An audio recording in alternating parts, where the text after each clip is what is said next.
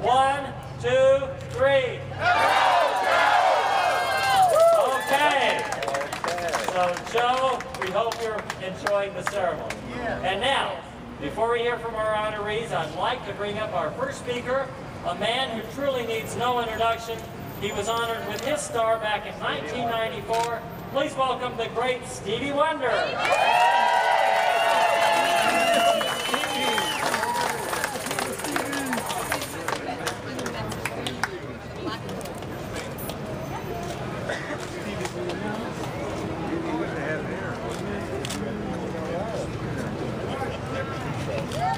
Wow, it's just bald.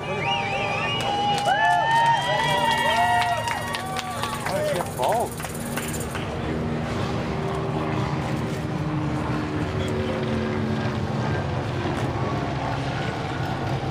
It is truly an honor to be here to celebrate the honoring of a long overdue honoring of the Funk Brothers.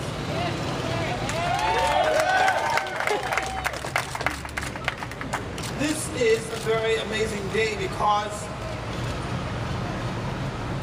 as we are here in Los Angeles, I had the pleasure of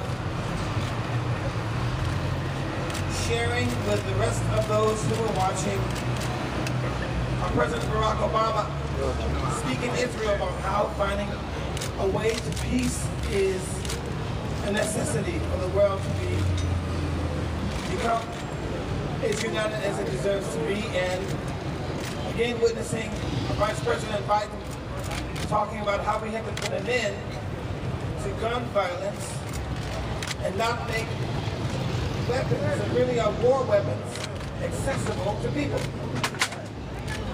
Equally as important to that is, when I think about the Funk Brothers, I think about how many people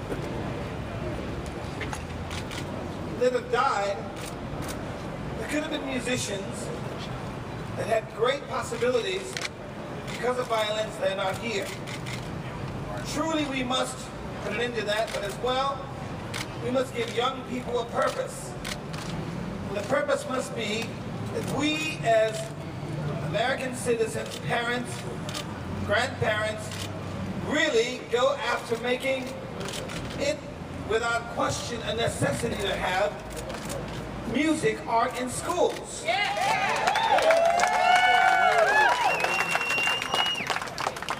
We can't talk about how it used to be, knowing that it's so very possible for me to have even greater things in the future. So it is so important that we really take advantage of the opportunity of moving the various leaders of this country forward and making the right decisions by making music more available and accessible so we can have, again, really great musicians. I think about the time that I came to Motown. In my pocket I had a harmonica about this size, which was given to me then by an uncle. This was given to me by my son and his fiancée, son crying. But to know that I was also given this gift here, not this one, but something similar, by my uncle, a harmonica of which we use this kind of harmonica to play.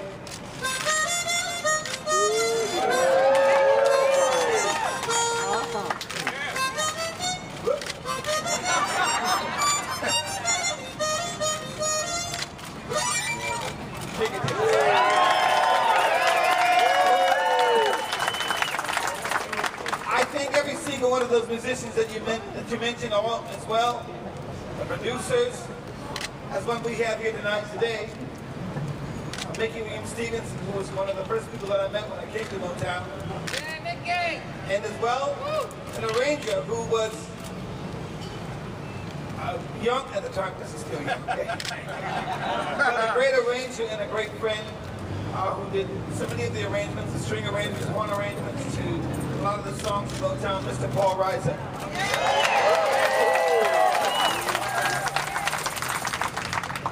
We can't just talk about the legacy and let it go unrecognized, as clearly has happened today. It has been acknowledged and recognized, but we must do something even greater than that. We must continue a legacy by allowing the world to hear even more great musicians that are out here that need to be heard. So let's celebrate Motown. Let's celebrate the Funk Brothers by giving us more music, more funk, more variety, more yeah. Okay, God bless you.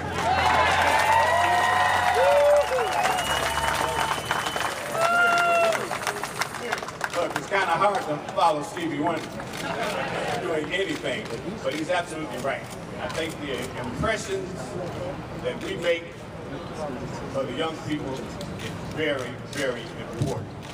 These things last in their heads and in their minds forever.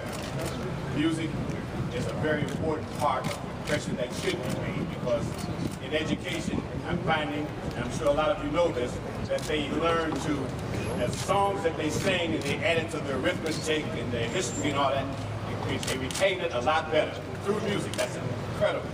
So we need to keep the impressions in the right place, the best place, to help our country do what it should be for all of us. And with the Funk Brothers, which is, I mean, these guys were just magic. The gifts came from upstairs, but the touch, they formed together. I mean, it's just magic. And I thank God for that. And I thank God for us being at the right place at the right time to make Motown music some of the greatest music in the world. Congratulations, you deserve every bit of it.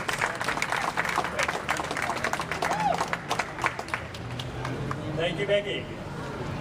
Our next speaker today has recorded 10 albums that have resulted in 9 consecutive gold and platinum awards for himself as an artist. He has been awarded the British BAFTA Award, which is the equivalent of the Oscar, as well as a Grammy and a Golden Globe, and he is an Academy Award nominee. His best-known songs include Ghostbusters, The Other Woman, A Woman Needs Love, You Can't Change That, Jack and Jill, and many more. He is also known as a world-class stage and studio rhythm guitarist and has worked with the greats of the music world. Please welcome the man who was part of the group that made this day happen, Ray Parker Jr.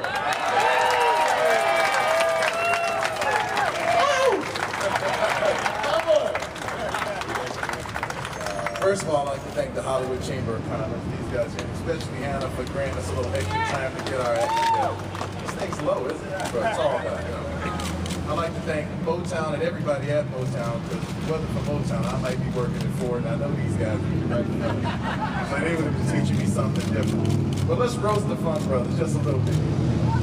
Why am I here? Well, first of all, what you guys don't know is one of the most famous guys in the Funk Brothers was James Jamerson Sr. I played with James Jamerson Sr. every single day when I was 14, 15 years old, and he was not that important to me. I didn't know anything. I'm like, who's the old guy on the bass? And he was only maybe 30 at the time.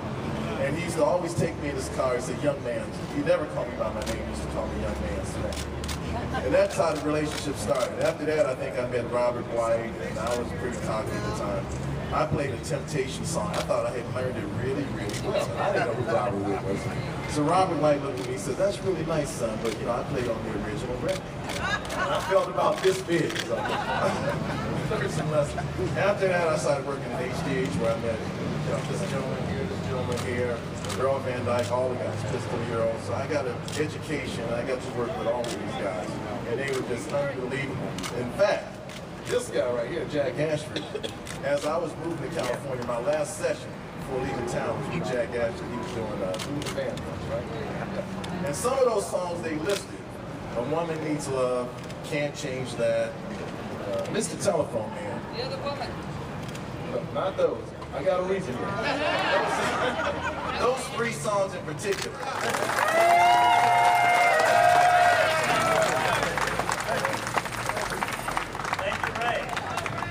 Let me also acknowledge a couple of individuals who helped to sponsor the star today. Please acknowledge Stuart Miller and Jeannie Bonfiglio. Thank you so much for helping to make this day possible.